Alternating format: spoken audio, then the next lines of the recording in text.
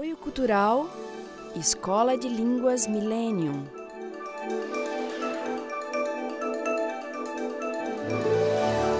Proton Editora.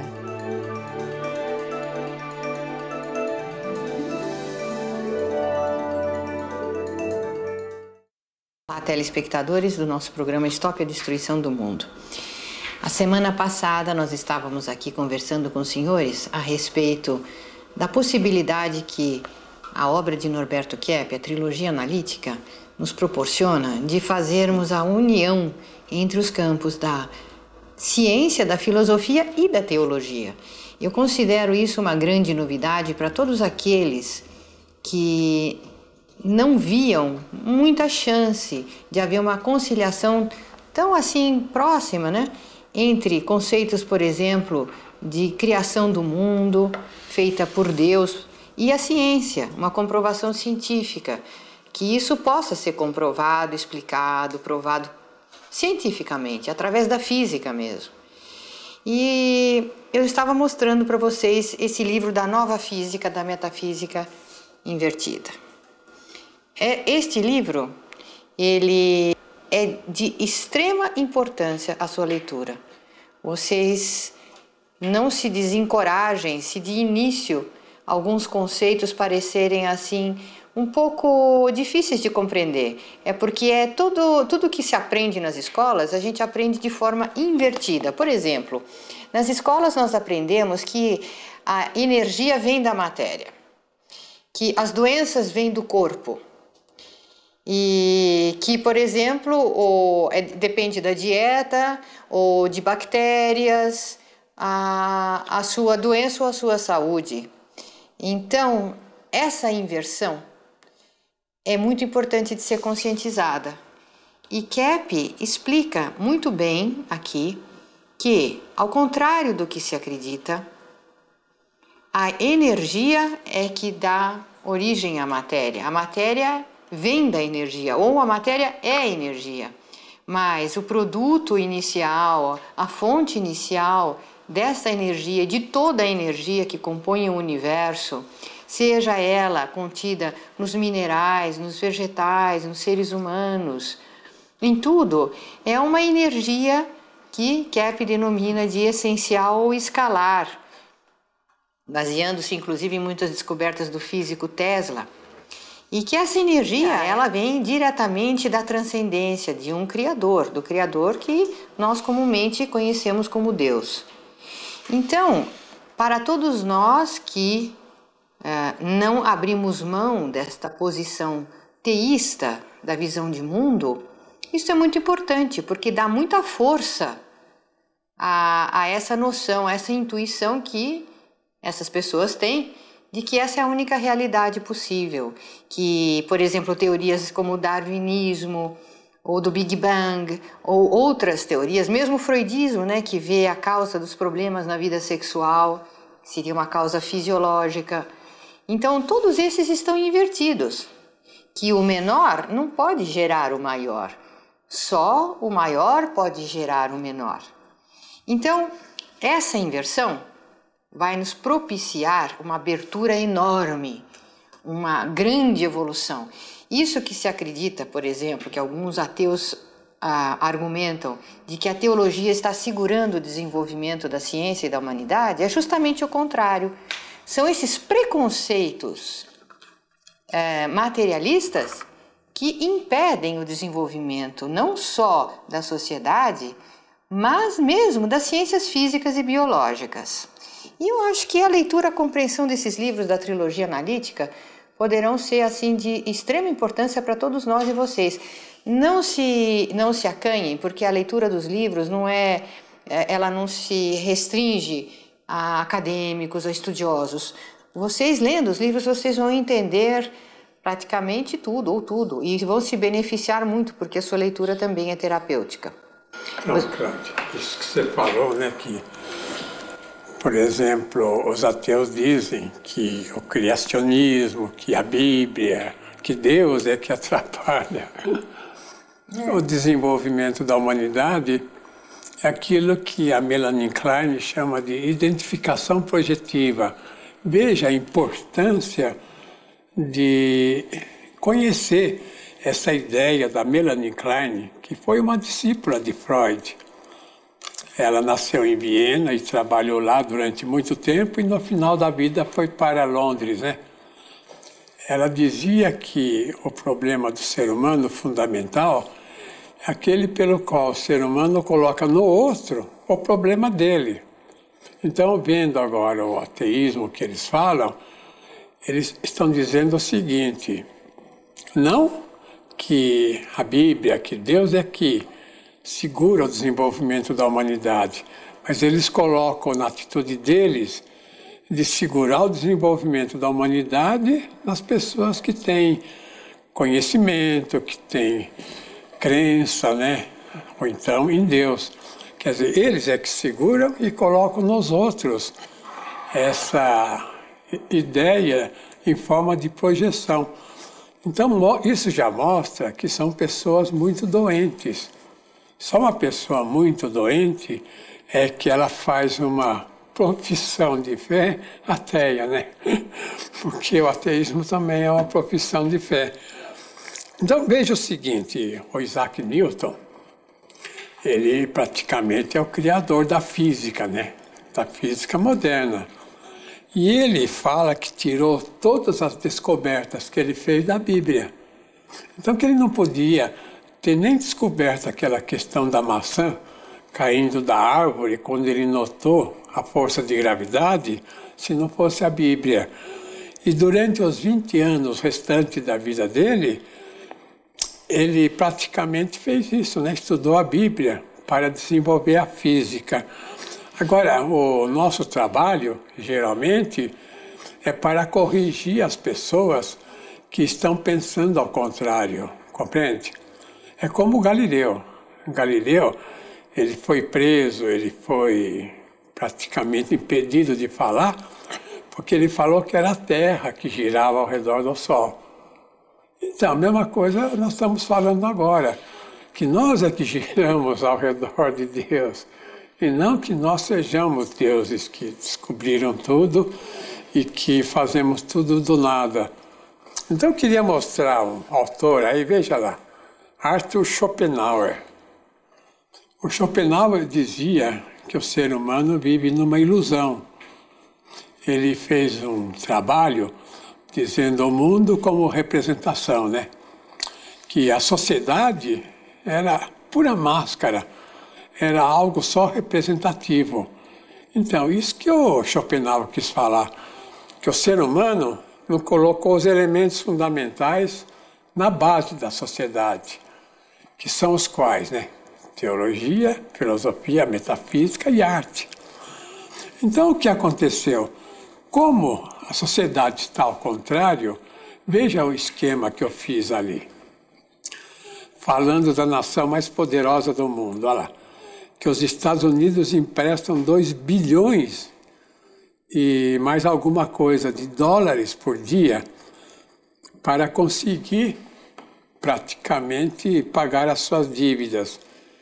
Então veja lá, economia, que agora 14 dos 20 maiores bancos do mundo são europeus, não são mais, portanto, americanos.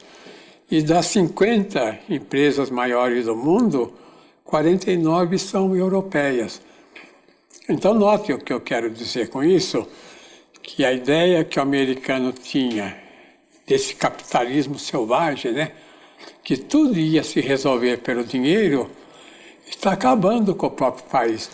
Daí eu ter feito um livro, veja aqui, a decadência do povo americano e praticamente do país lá. Decay of the American People in the United States. Para mostrar isso. Tem em português esse livro, Dr. Keck. Isso. Eu acho que aqueles que estão agora assistindo o nosso programa no Brasil, porque esse nosso programa vai para o Brasil, mas vai para a Europa e para os Estados Unidos. O português é esse aqui que nós traduzimos e publicamos no Brasil também. Então, isso que eu quero falar. Voltando lá ao esquema, veja lá. Desemprego, que em 2004 houve 1 milhão de empregos, né? perdidos nos Estados Unidos. E 3.600.000 pessoas perderam o seguro. E 12 milhões passam fome. Os senhores notam que isso é uma tragédia para um país como aquele, que é o condutor da humanidade. Então note que essa ideia, por exemplo, de colocar a economia acima de tudo, é uma ideia invertida, porque a economia tem que estar subordinada à política, por exemplo, tem que estar subordinada à cultura, tem que estar subordinada à ética, tem que estar subordinada à verdade. Então, é um fato interessante, né? O povo, em geral, só respeita o indivíduo milionário, né? Se o indivíduo ganhou não sei quantos milhões, ou bilhões ainda, então o povo acredita que aquele indivíduo é de uma enorme capacidade. E não que ele seja, vamos dizer, até um criminoso, né? Se o indivíduo não ganha pelo trabalho que faz, ele é um criminoso, ele é um delinquente. Porque certamente ele ganhou por maneira mais ou menos ilegal. Então é isso que eu quero falar aqui. O dinheiro tem que ser subordinado à cultura, à estética e à verdade. Agora veja um outro esquema que eu fiz. A metodologia, né? A dialética. Que a dialética tem que ser feita entre duas verdades. Por exemplo, claro e escuro. E não sim e não. Sim e não. O não é o contrário de sim. Então notem que uma pessoa que fala não para tudo é uma pessoa que se torna muito doente. Por quê? Porque ela nega todo sim que existe no mundo. Nega a vida, nega a verdade, nega a estética, nega tudo. Então veja, em segundo lugar, não pode haver união entre o sim e o não, né? Entre o que é e o que não é. Por exemplo, aqui está uma xícara, né, com chá. Ou então pode ser com água. Ela tem chá. Agora, isso não é a mesma coisa do que uma outra xícara que não tenha chá, não tenha água. Não pode, portanto, unir o que é com o que não é. Porque aí torna tudo relativo e não existe nada relativo. A coisa ou é ou não é. Então, eu vejo em terceiro lugar. Pode haver união entre dois elementos que existem, o menor e o maior. Corpo e alma, né? É um elemento só, que o pessoal acha que são dois. E quarto, o mal só pode existir sobre o bem, a corrupção sobre a virtude e a doença sobre a sanidade. O que eu quero dizer com isso é que onde existe corrupção também atrás tem a virtude. Onde existe a doença, tem a sanidade atrás. Onde existe o mal, tem o bem. Compreende? Então, o mal só pode existir onde esteja o bem. A doença, onde esteja a saúde. E a corrupção, onde esteja, é claro, né, a realidade. Vamos voltar dentro de instantes para darmos uma explicação mais detalhada a esse respeito. Até já, hein?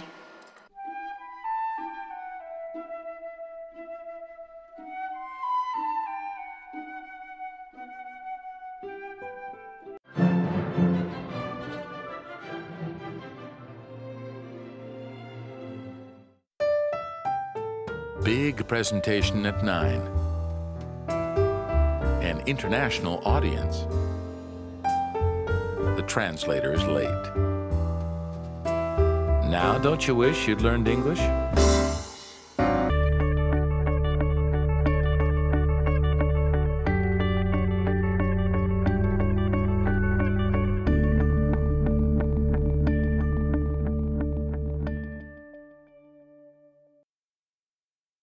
Aprenda a lidar com as doenças orgânicas e psíquicas com a ajuda da medicina psicoenergética, medicina psicossomática trilógica, saúde integral, de Cláudia Pacheco e outros autores. Confira neste novo lançamento da Próton Editora.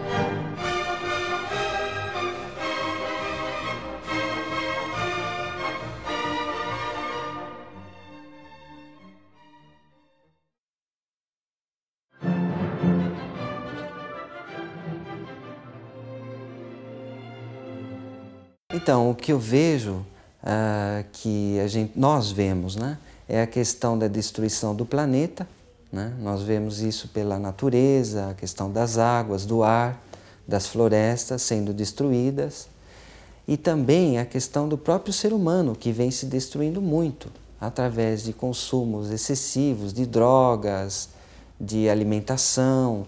Grande parte dos americanos tem um problema de peso, né, de obesidade, e uma parte da população sem alimentos. Então existe esse desequilíbrio. E também a questão mental, né, a doença mental, de acordo com a OMS, a Organização Mundial de Saúde, vem aumentando assustadoramente o consumo de ansiolíticos, né, que são drogas, assim, que eles falam drogas psiquiátricas, que ao contrário do que se pensa que ajudam o ser humano, elas vêm piorando a situação do ser humano, quer dizer, abafando a consciência do ser humano. Então, o que seria importante, eu vejo assim, seria que o ser humano começasse a prestar atenção, principalmente através dessas descobertas do Dr. Kepp, ele começar a entender melhor a verdadeira causa dessa patologia, quer dizer, o que leva o ser humano a ele ser tão destrutivo, quais são as atitudes que ele tem, assim, mesmo que sejam inconscientes, que ele não perceba muito bem, que destroem a vida dele e a do planeta, para que ele possa se recuperar. Como vocês devem ter notado, o que o professor Silvano acabou de dizer, a destruição do planeta e do ser humano, ela não é relativa. Quer dizer, essa ideia de relativização da realidade e da verdade já é uma atitude muito neurótica. Então, muitas pessoas podem dizer, ah, bom, o que é ética para mim não é ético para você, a ética depende dos costumes, ela não é algo absoluto, mas na nossa compreensão filosófica, até metafísica e científica, o mal, ele é a privação do bem, ele é a corrupção do bem, é a restrição ao bem. Então não pode haver nenhum bem no mal, ele já é a restrição ao bem, é um bem restrito. Por exemplo, se você tem uma boa saúde, você ter menos saúde, isso é um mal. Então não existe nenhum bem em você ter menos saúde. Um estômago, por exemplo, se ele está com saúde, ele está funcionando bem, aí ele desenvolve uma úlcera ou uma gastrite. Isso é doença, isso é o mal, é a corrupção das paredes do estômago. Da mesma forma, um jovem, se ele se droga, se ele entra no vício, ele vai deteriorar os neurônios, ele vai deteriorar a saúde, ele vai deteriorar a capacidade dele de trabalho, a felicidade dele. Enfim, não existe mal e bem relativos como quer se pensar. E se existe, é uma restrição que o mal impõe na realidade, no bem. O que restringe não é a ética, não são os conceitos de bem que se traz para o mundo. O que restringe o indivíduo, o que o cerceia, são justamente as atitudes de mal que ele escolhe, que ele opta e que ele gosta de desenvolver. E tudo isso, né, Dr. Kepp, está muito ligado à questão da corrupção. Queria pôr aí a foto de uma pessoa famosa, né, na história, Jean-Jacques Rousseau. O Jean-Jacques Rousseau, ele trouxe a ideia que, em geral, toda a sociedade tem, que o mal vem de fora. Que o mal não é por causa de inveja, como nós falamos, de soberba, de mentira, etc. Que o mal viria de fora. Seriam as bactérias, vírus, seria o que as outras pessoas fazem, o que os outros países fazem. Então, esse é o grande chance, sabe, do nosso programa, de mostrar que o ser humano tem que sair do exterior e vir para o seu interior. E veja esse esquema que eu coloquei. Então, nessa roda está lá um triângulo onde o ser humano é bom. E ao redor dele é a sociedade má, injusta, corrupta, inimiga do homem, exploradora, maligna, e também a parte de inveja dos problemas do ser humano. Então, o que eu quero dizer é que até na percepção da patologia houve um erro. Então, tenho mais um esquema para esclarecer. Veja lá. nessa roda lá tem a essência do ser humano, é o bem, o belo e o real, compreende? Então, se o ser humano não tivesse essa bondade dentro dele, essa beleza, essa realidade, ele não existiria. Que o que existe realmente é isso. Enquanto que a inveja, a raiva, qualquer fator negativo é uma rejeição ao que o ser humano tem dentro dele. Agora, voltando ao esquema, notem lá que ao redor do bem, do belo e do real tem as ideias e sentimentos malévolos, compreende? Então, o que acontece com o ser humano? Ele cria uma máscara para fingir que ele não tem maldade. Então, ele cria a máscara e a doença do ser humano é a máscara que ele faz. Compreende? Eu gostaria de falar de um outro autor, veja lá a foto dele. Tomás de Aquino, que é considerado o maior teólogo da humanidade. O que Tomás de Aquino fez, né? Veja as ideias dele. Ele fala o que dá felicidade para o ser humano, o que dá riqueza. Depois que começou a existir esse grande teólogo, né? Tomás de Aquino, a Idade Média saiu praticamente daquela morosidade que tinha. Então, eu gostaria de falar que esse Tomás de Aquino, o que ele dizia praticamente? Que a teologia e a filosofia eram praticamente semelhantes na base. Quer dizer, teologia ensinava o que a mente não alcança. Mas o que a mente não alcança não é contra a mente, compreende? Então, a gente pode dizer, bom, vamos falar que o judeu é um povo eleito. Então, vamos dizer, por que é um povo eleito, né? Porque é o povo que trouxe o monoteísmo para o mundo. Que isso, de uma certa forma, é uma revelação. Ou então que existem 3 pessoas no ser divino, Pai, Filho e Espírito Santo. Isso quem falou foi o próprio Cristo, que o ser humano não poderia saber. Ou então outra revelação, que Cristo seria Deus. Então, mas notem, mas isso não é contra a nossa, vamos dizer, consciência, não é contra o nosso entendimento. Então nós podemos dizer que nós somos seres humanos e seres divinos, vamos dizer, ligados à divindade. Então, isso viria, vamos dizer, da teologia. Não que nós sejamos deuses, mas nós teríamos muita coisa de divino, assim, pela ligação a essa energia essencial, né? Que o Tesla chama energia escalar. Então, voltando ao esquema, notem lá o seguinte, que o Tomás de Aquino falava que não é no dinheiro que o ser humano vai ser feliz, porque é inferior ao ser humano, número 1, né? E número 2, são as honras. Ele dizia não, que as honras são postiças, né?